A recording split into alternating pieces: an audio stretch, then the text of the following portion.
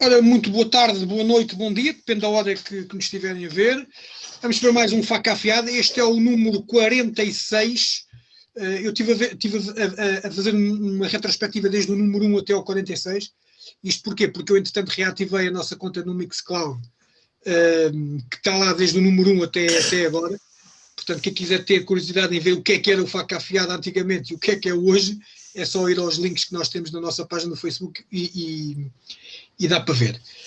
Portanto, hoje é o 46. Tirando aqueles extras que a gente teve, já são 46. Bom, antes de mais, um cumprimento especial ao nosso ouvinte da Covilhã, ao Paulo Soito, que nos mandou uma mensagem muito simpática, a cumprimentar-nos e a felicitar-nos por termos tido esta ideia de gente comum fazer aquilo que muitas vezes os comentadores profissionais não conseguem fazer, que é dizer as coisas como elas são, de uma forma simples e perceptível para todos. E pronto, e vamos então para iniciar mais um Faca Afiada. Hoje um tema passou um bocadinho assim ao de leve, quase que foi imperceptível no meio desta pandemia, que tem a ver com o que aconteceu na passada sexta-feira na Assembleia da República, onde 136 deputados aprovaram a lei da eutanásia, 78 recusaram-na e 4 abstiveram-se, num total de 228 deputados. E vamos falar nisso, vamos falar na lei da despenalização da eutanásia, que quase que nem se percebeu que foi aprovada ou que teve em discussão, de tal maneira que mesmo a comunicação social não deu assim grande ênfase a esta situação. Maria, vamos começar por ti. Tu és uma defensora, ou pelo menos és a favor desta despenalização da eutanásia, e ia-te perguntar então, em primeiro lugar, porque é que és a favor da despenalização da eutanásia e o que é que achaste de se ter feito uma votação ou uma discussão de uma despenalização quase que à socapa, sem que ninguém se apercebeu, ou muito pouca gente se apercebesse desta discussão que houve na Assembleia da República. Ora, em primeiro lugar, muito boa noite. Relativamente à minha posição a favor da despenalização da morte medicamente assistida, porque eu gosto mais deste termo do que de eutanásia, pronto, porque isto de morte medicamente assistida pressupõe que haja uma vontade da pessoa e não é assim um livre-arbítrio. Se me perguntarem assim, se for à partida, não sou. Agora, por vários motivos. Agora, eu não posso impor a minha vontade a quem ache que poderá estar numa situação de sofrimento tal que ache que a única alternativa que tem para acabar com o seu sofrimento seja exatamente antecipar a morte. Pronto, e relativamente a essa a minha posição, portanto, eu não posso impor essa minha vontade, não posso de maneira nenhuma impor essa minha vontade. Relativamente ao facto da lei ter sido da lei que ainda há de ter que ser ratificado pelo Presidente da República, e provavelmente também irá levar para o Tribunal Constitucional para a apreciação da sua constitucionalidade. Nesta altura, assim um bocadinho, assim por entre os pingos da chuva, como quem não quer a coisa. A lei, portanto, o que foi aprovado foi o diploma na especialidade, depois de ter sido discutido na Comissão de Assuntos Constitucionais, Direitos, Liberdades e Garantias. Portanto, porque o espírito da lei, portanto, o grosso da lei já tinha sido aprovado anteriormente o ano passado, faz mais ou menos agora um ano. Pronto. Agora é assim, muito bem, eu tinha o microfone fechado porque aqui atrás de mim está uma porta que de vez em quando bate, e então para que os nossos ouvintes não a ouçam, eu quando não estou a falar corto aqui o meu próprio microfone. João Carvalho, o João Carvalho é claramente, aliás, pelas suas publicações no Facebook, nota-se perfeitamente que é uma pessoa contrária a esta questão da eutanásia, e ele fazer a mesma pergunta, e neste caso, porquê de ser contra a aprovação desta lei, e o que é que acha do momento em que ela foi aprovada, numa altura em que todos os dias, não pela eutanásia, mas por razões naturais, infelizmente, devido a esta pandemia, morre tanta gente, e sobretudo gente já com bastante idade.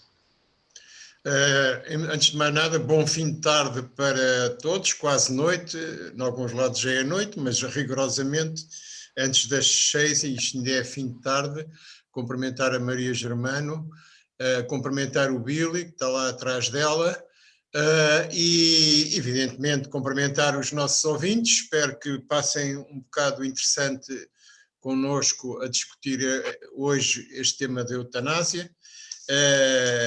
Eu julgo que é pacífico entre as pessoas que aquilo que se pretende, e a Maria começou por dizer isso, é acabar com o sofrimento, não é? Com o sofrimento em termos de doenças graves. Só que eu penso que acabar com o sofrimento não significa necessariamente acabar com a vida das pessoas, porque o sofrimento é diferente da vida.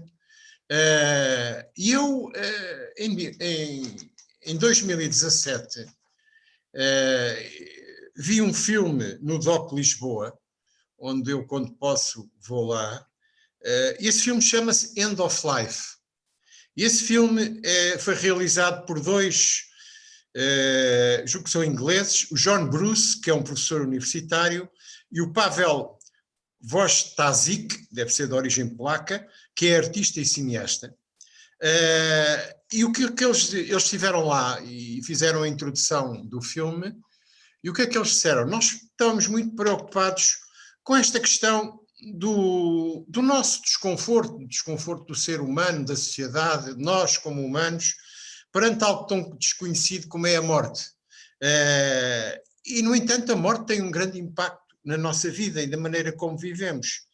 E o que é que eles fizeram? Eles escolheram um conjunto de pessoas que estão em estado terminal, de diversas profissões, e foram fazer uma espécie de um documentário, não é? Porquê? Porque eles dizem, nós temos uma certa dificuldade em relacionar-nos com a morte, mas isso é desde sempre, é evidente. A morte é o fim da vida e, portanto, nós temos alguma dificuldade em relacionar-nos. Mas há aqui também isto é basicamente uma distância psicológica, e às vezes é emocional, e por isso permite que se levantem estas questões todas relacionadas de facto com a maneira de se acabar, da nossa vida acabar. E então o que é que eles fizeram? Eles foram buscar 5 sujeitos. Primeiro, a escritora Sarah Grossman, que era uma escritora de livros infantis, que teve um AVC muito forte em certa altura da sua vida, que lhe paralisou todo o corpo. Podia falar e mexer a cabeça, mas era a única coisa que podia fazer. E, no entanto, eles durante 2 anos visitaram-na regularmente, e ela exercia por inteiro a vitalidade do seu ser. E o mais curioso é que continuava a trabalhar. Com auxílio de alguém que lhe prestava os cuidados paliativos, ela continuou a escrever livros, continuou a contar histórias. E à medida, dizem eles, que o seu mundo exterior se reduzia, o seu mundo interior expandia-se.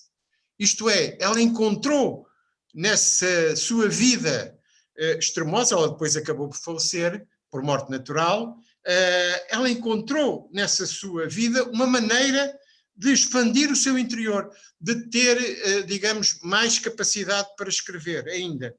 E depois eles estiveram com outras pessoas, os artistas Dory Johnson e Matt Friedman, o psicólogo Ram Dass, que autênticos moribundos, digamos, para alguns se calhar mortos-vivos, eles continuavam a viver a sua vida e a expandi-la.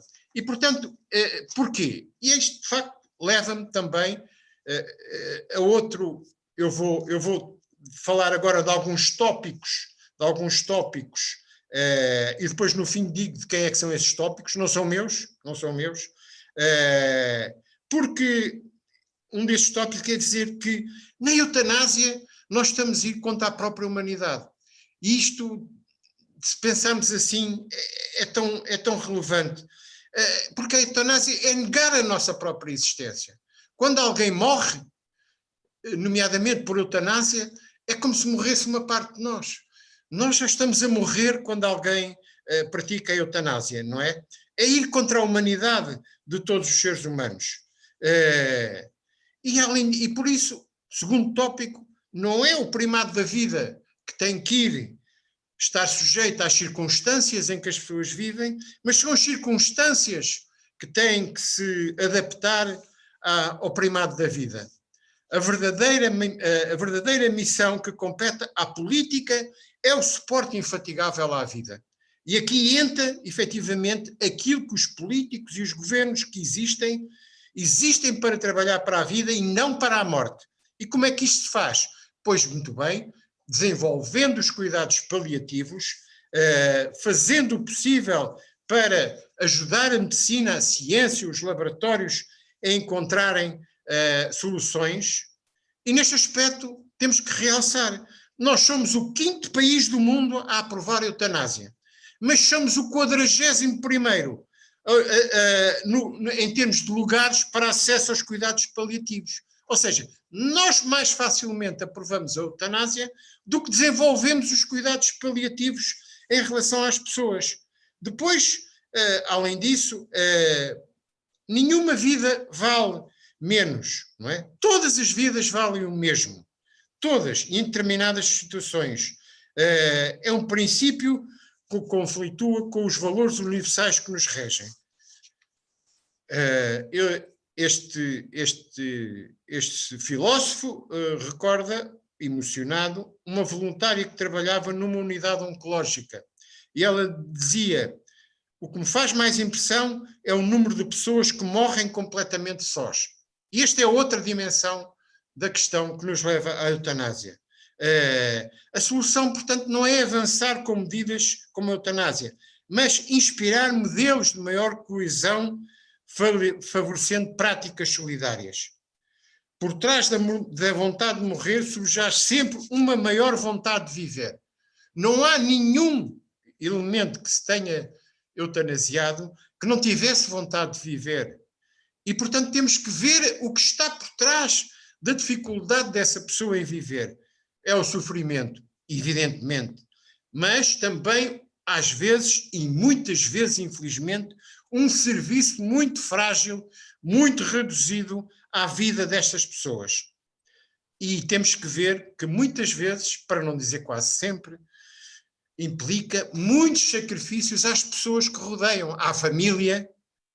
E quantos destes que pediram a eutanásia, que pediram para sofrer este último ato da sua vida, não o fizeram para que aqueles que o rodeiam não estivessem mais tempo sujeitos a sacrificar a sua vida, toda a sua vida, por uma pessoa que precisa de cuidados de tudo ao mais simples, desde fazer as suas necessidades, tomar banho, mudar de sítio, dar de comer. Muitos destes, de facto, fizeram-no porque não queriam que aqueles que estivessem ao seu lado sofressem mais a sua redução do tempo livre, que não tivessem férias, que não tivessem fins de semana, e talvez por isso muitos decidiram aceitar a eutanásia. E, portanto, o verdadeiro heroísmo está nestes que sofrem, mas também naqueles que cuidam deles com muito amor, não é? E as nossas sociedades têm que se perguntar se já fizeram tudo o que podiam para promover e amparar a vida. Infelizmente, aquilo que temos assistido nos últimos meses com a pandemia mostra que não estamos a fazer tudo. Não estamos a fazer tudo para promover a vida, para amparar a vida. E depois há a questão dos paradigmas da sociedade de consumo. A sociedade de consumo não admite sacrifícios, não admite morte. É uma sociedade de coisas bonitas, de pessoas lindas, que se preocupam apenas consigo mesmo. E este egoísmo passa também depois para as questões que dizem respeito, assiste-se muito a esse egoísmo. A vida, de facto, é uma coisa bela. Estes tópicos, vou-vos dizer, foram feitos numa entrevista ao Expresso, em 8 de fevereiro de 2020, por Dom José Tolentino Mendonça, cardeal da Santa Igreja. E para já, fico-me por aqui. Lá estava eu a cometer a mesma gafe, que é de não abrir o meu microfone. grande testemunho, sim senhora, João. Maria, o João falou aqui na questão de muitas vezes não se ter feito tudo aquilo que se deveria ter feito para que a pessoa que vai pedir para que a sua morte seja assistida aconteça, não é? Portanto, também tu já disseste que por norma és defensora da eutanásia, não tanto por seres interiormente a favor, mas por não achares que tens que impor a tua vontade numa situação destas, mas tu sendo, aliás, vocês os dois são crentes, portanto têm as vossas crenças religiosas, tu achas que do ponto de vista de uma pessoa não crente, que não tenha eu ia dizer medida, pronto, mas não consigo encontrar aqui outro termo, pronto, esta medida da santificação da vida, também achas que estas pessoas também não têm também a liberdade de dizer assim, para mim a vida é uma coisa natural, se chegar a uma certa altura que estiver a sofrer, eu quero ter o meu direito de dizer chega, e quero ter as condições para que morra também com dignidade, porque eu não acredito em Deus, não acredito nessas crenças, não acredito apenas que isto é uma passagem e chegou ao fim e ponto final. Mas lá está, é justamente por isso, por esse tipo de situações, não só as pessoas não crentes, mas como outras pessoas crentes, outras religiões, não me interessa isso, que eu sinceramente acho, e essa é a minha convicção, e se tivesse havido um referendo, eu votaria sim, porque as pessoas têm direito a não querem falecer, não é que querem partir deste mundo. Portanto, a minha crença católica diz partir deste mundo. Pronto. Agora, relativamente a alguns pontos que o João muito bem falou, do Gardel, que eu adoro, gosto imenso dele, ainda estou inclusivamente a ler agora um livro que é muito, muito bom e aconselho vivamente. Relativamente a isso, é verdade que se pode e se deve investir mais em cuidados paliativos. Não sei, não tenho a noção, porque não conheço, pode haver, não conheço nenhum estudo que diga o que é que ou melhor, se calhar é uma coisa importante até para se trabalhar daqui para frente, conforme as pessoas pedir para terem a morte medicamente assistida, tentar perceber quais são as suas motivações para pedirem essa morte medicamente assistida. Portanto, isso se calhar era uma coisa importante para tentar perceber se de facto haverá falta de se é para não estar a sobrecarregar os militares, quais são os motivos. Muito embora estão bem definidos na lei, estão claros e estão bem definidos na lei, que eu tive há bocadinho a lei. Lembrei-me, enquanto o João estava a falar, lembrei-me de um caso, a mim pessoalmente, mas depois eu percebi a motivação da rapariga, porque ela era uma pessoa nova, que há uns anos atrás, na casa dos 30, uma rapariga que na casa dos 30 anos, mãe, tinha um filhote, pai com uns 2 ou 3 aninhos, teve um tumor cerebral inoperável, incurável, e pediu justamente para que se fosse posto, pronto, para que fosse posto termo à vida. A rapariga ainda a sua vida normal, mas chegou a uma altura, ela não quis fazer tratamento nenhum para tentar doblar o cancro, porque o que ela dizia era que não queria que o filho dela ficasse com a imagem como uma pessoa estando ali a morrer, agastada, na cama, a sofrer. Portanto, ela tinha família, tinha marido, tinha os pais, tinha uma pessoa com amigos, uma vida absolutamente normal e bonita, mas pronto, teve, infelizmente, em vez de casar, e foi a opção dela, foi fazer isso. Então, no dia em que chegou, e tentou arrepiar, porque foi de facto uma coisa que marcou imenso, e eu percebia. Não sei se eu conseguiria fazer o mesmo que ela, mas isso também espero nunca ter que decidir, é isso que nós todos esperamos. No dia em que chegou o dia marcado, reuniu a família toda em casa, fizeram uma celebração de vida,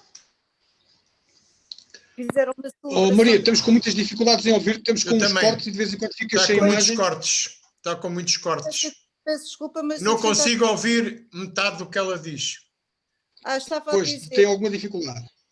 Estava a dizer que chegou, que ela no dia chegou à altura em que pôs termo à vida, em que pôs termo à vida, fizeram uma celebração da vida dela em casa, com a família mais chegada. Ela foi para o quarto, conjuntamente com o médico, e partiu serenamente. E com a sensação de... Foi a opção dela, e acho que foi uma opção por amor, não foi uma opção de não querer... E diz-me uma coisa, e foi feito cá? Não foi feito cá? Nos Estados Unidos. Não, cá não seria legal. Cá não seria legal, mas foi nos Estados Unidos.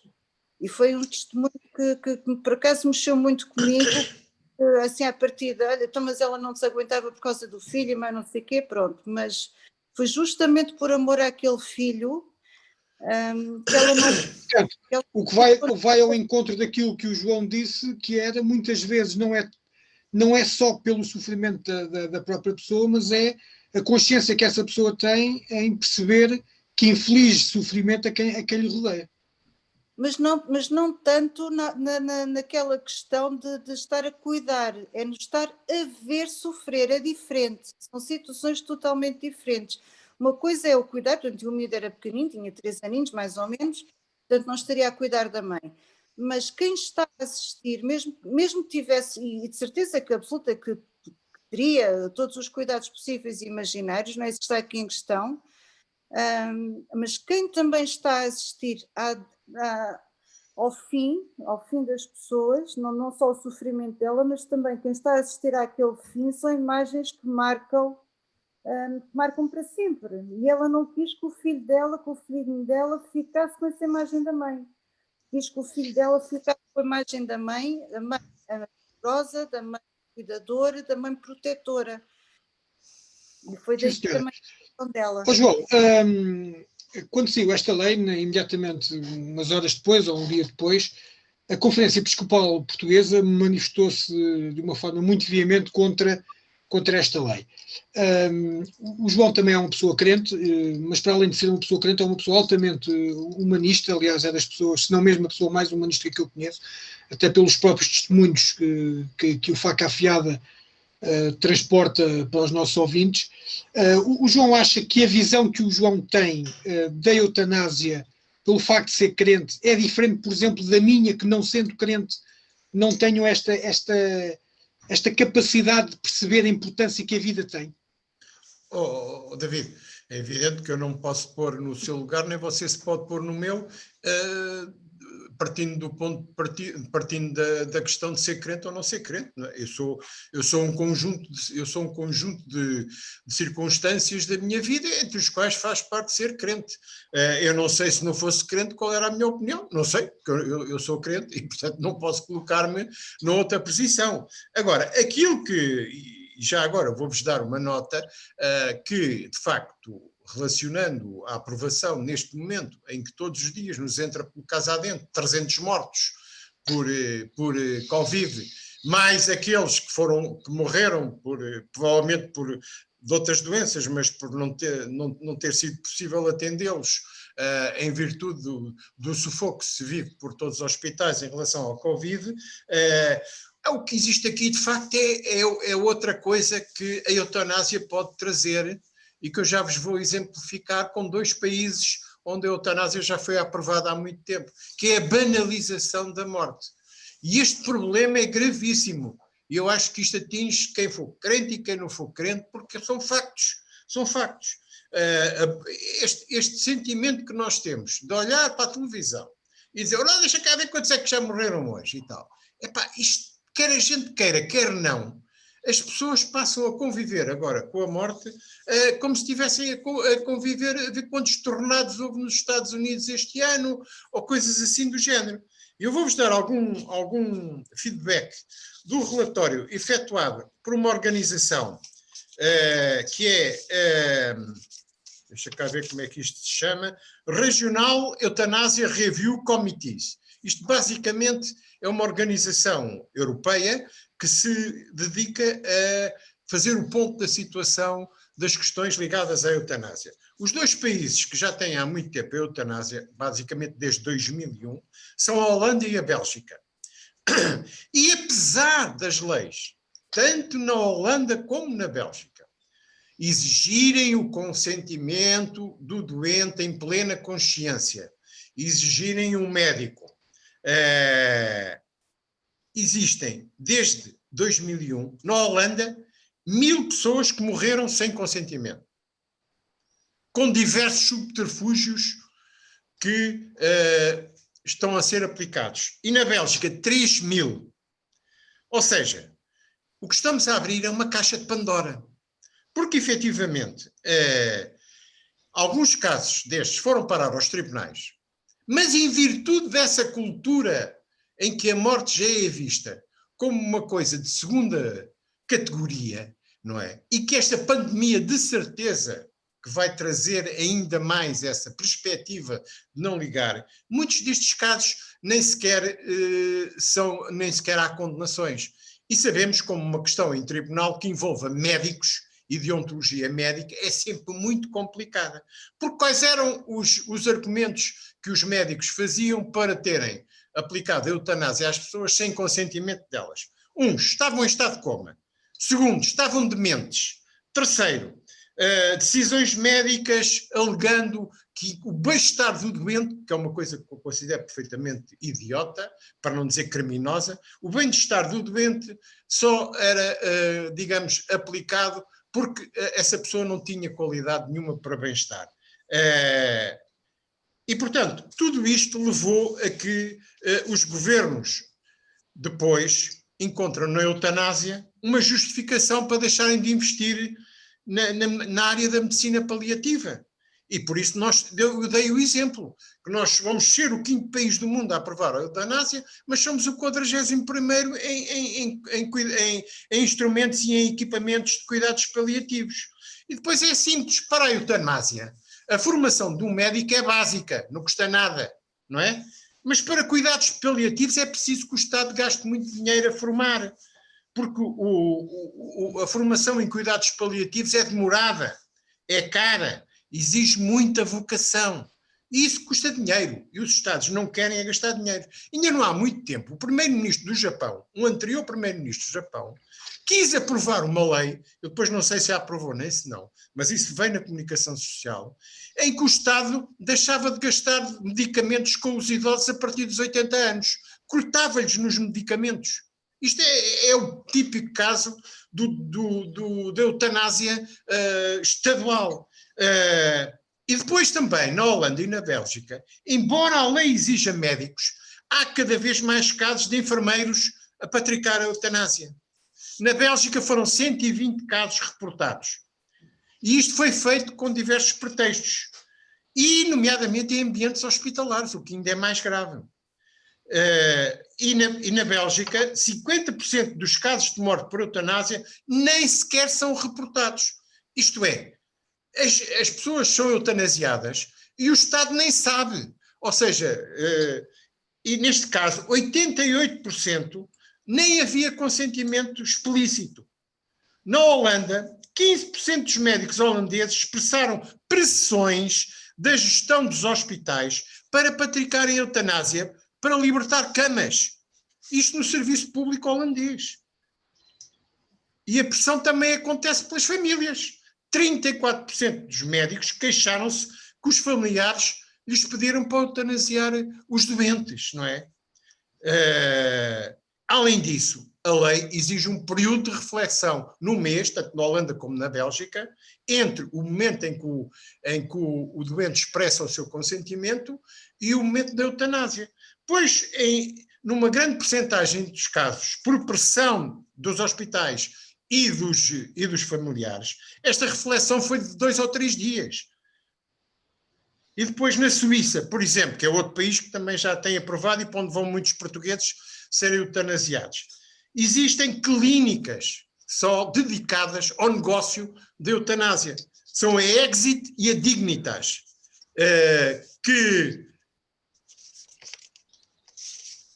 praticam a eutanásia, muitas vezes sem médicos e sem prazos. Aquilo é um autêntico negócio. A pessoa entra por uma porta vivo, sai por outra porta morto. E depois também aumentam os casos de demência, não de doenças incuráveis, de oncológicas, nem nada. Nestes países é por demência, por doença psiquiátrica, doenças pulmonares, cardiovasculares e outras coisas, como por exemplo nesta clínica do Exit, a maior parte das pessoas são eutanasiadas, o motivo é estou cansado da vida. Isto é para vocês verem, quando se abre a caixa de Pandora, onde é que isto tudo vai parar. Maria, eu sinceramente tenho muita pena, mas tenho mesmo muita pena que não haja um referendo, porque aquilo que o João acabou de dizer, até a mim já me está a precisava fazer... de ser discutido, tudo isto precisava ser discutido, mas nada disto foi discutido. Eu dou o meu próprio exemplo, eu estou aqui no papel de moderador, mas também não deixo de ter as minhas opiniões, obviamente. E claramente que eu já começo a pôr em causa aquilo que eu também pensava sobre a eutanásia, porque há pontos fulcrais que eu nem me tinha passado pela cabeça, exatamente por esta falta de debate. Como, por exemplo, esta questão da comercialização da morte, porque realmente não deixa de ser um negócio, começa a ser um negócio. Maria. Posso falar relativamente à nossa lei? Eu, por acaso, estive a ler a nossa lei hoje. Já por várias pessoas me tinham alertado também por estas situações que acontecem na Bélgica, na Holanda e na Suíça, e fui ver a nossa lei. Portanto, o que a nossa lei diz é que, relativamente, mas tem que haver um processo escrito, em que é acompanhado tanto pelo médico assistente como por um médico especialista da doença, da doença ou da lesão que está prevista, poderá eventualmente levar a que a pessoa possa pedir a antecipação do fim da sua vida.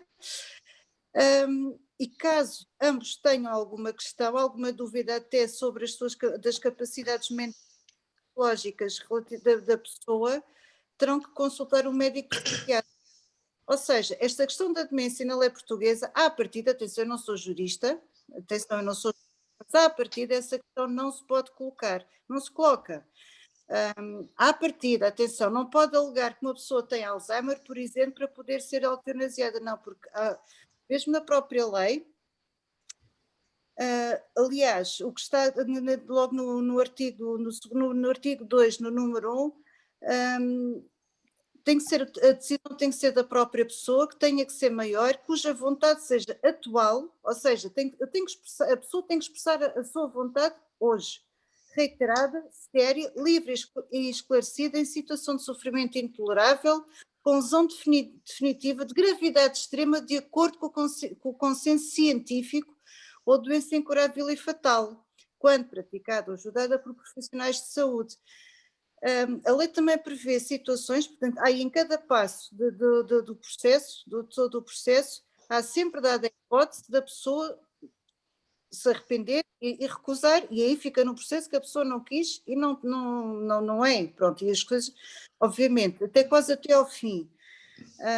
Imagina uma pessoa que entretanto fica inconsciente, durante o processo a pessoa fica inconsciente por um motivo qualquer, até mesmo decorrente da própria doença, não pode ser eutanasiada, não pode, é proibido na nossa lei, isso não pode acontecer, o processo é interrompido.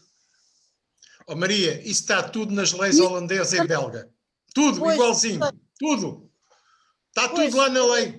Eu não sei como e a ver pelas expertices que está a acontecer com as vacinas, aqui com as vacinações, se calhar em Portugal também não era muito difícil conseguir dar a volta a isso, não é?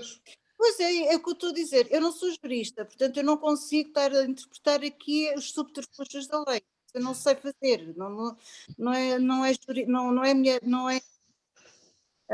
agora, a mim parece-me que a própria lei está a dar, pelo menos a mim enquanto cidadã, está a dar garantias que a pessoa não é eutanasiada assim só porque hoje de manhã...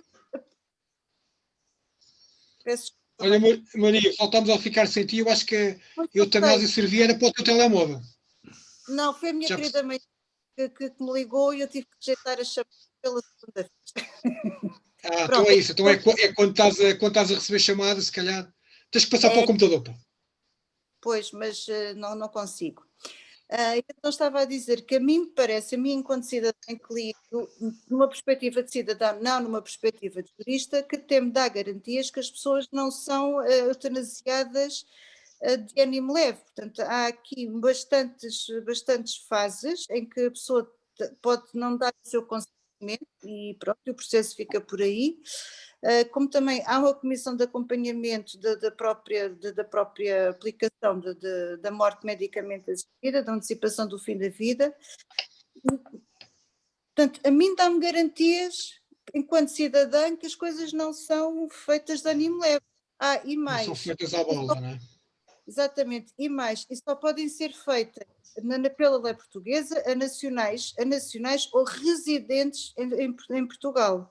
Portanto, não é uma pessoa, não é um espanhol que decida vir cá a um hospital ou seja. Aí já está a cortar um bocadinho o efeito do negócio, não é? Mas exatamente. Não sei, eu aliás acho essa... Olha, só vos vou dizer uma coisa, a gente já estamos com mais de 33 minutos, ia-vos dar 2 minutos a cada um para falar, para fazer os tópicos finais, para isto não ficar muito comprido. Está bem, eu só dizer que, para já, eu vou fazer de advogado de diabo, interessa em relação a isso, que é só para portugueses, isso é claramente quanto às regras europeias, porque os tratamentos, desde que as pessoas tenham tratamentos, podem vir, isso é completamente inconstitucional. Bem, de qualquer maneira, só para acabar, o que eu acho terrível é que o maior pedido de referendo que uma vez entrou na Assembleia da República com cerca de 100 mil assinaturas, tenha sido deitado para o lixo pelos deputados. Isso é logo a primeira questão. E, aliás, criámos aqui um problema, um precedente perigosíssimo em relação a futuros referendos. A partir de agora já não há referendos em Portugal, porque um referendo que leva 70 e tal mil assinaturas e que a Assembleia deitou para o lixo, discutiu, mas ao qual não ligou nenhuma, portanto temos aqui, claro, um grande referendo. Vou citar apenas aquilo que eu li hoje em relação à pandemia. Estamos a tempo ainda de salvar muita gente. E vamos ver como é que vai ser a vacinação dos idosos de mais de 80 anos. Vou citar o que eu li hoje de uma presidente da Câmara de Mondinho de Basto, por acaso até é socialista, em que ela diz ao Ministério da Saúde o seguinte: sabemos onde estão os idosos, os que estão acamados e os que estão sozinhos. Se for preciso ajudar a identificá-los, a autarquia saberá como fazê-lo e poderá disponibilizar transporte, motoristas, espaços físicos, o que for preciso. Precisamos é que nos digam o dia e a hora. Chama-se Teresa Costa, é presidente da Câmara de Mondinho de Basto, não se meteu a receber a vacina indevidamente e agora está a perguntar ao Estado que está disponível para vacinar e ajudar os idosos de mais de 80 anos. É só isto. Um grande abraço, um beijinho para a Maria, um grande abraço para o David e para os nossos ouvintes. Muito bem, olha, agora acho que a Maria caiu mesmo de vez. Pronto, olha, paciência, caiu. Depois havemos-lhe dar outra oportunidade para o próximo programa. Ficamos por aqui e na quinta voltamos. Voltamos okay. Na quinta e depois na sexta também com a entrevista à Marlene. Quem quiser nos acompanhar, Facebook, YouTube e agora também na Mixcloud. Um abraço a todos. Um abraço.